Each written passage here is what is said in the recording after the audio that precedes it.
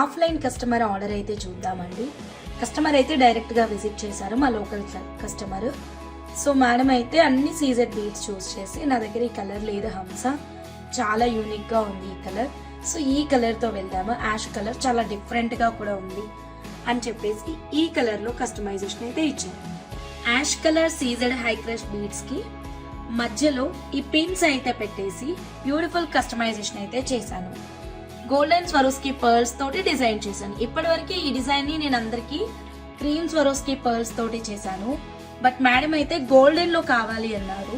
Design చాలా బాగుందండి, అనుకున్న దానికంటే ఇంకా అందంగా వచ్చింది. మేడంకి అయితే చాలా నచ్చింది.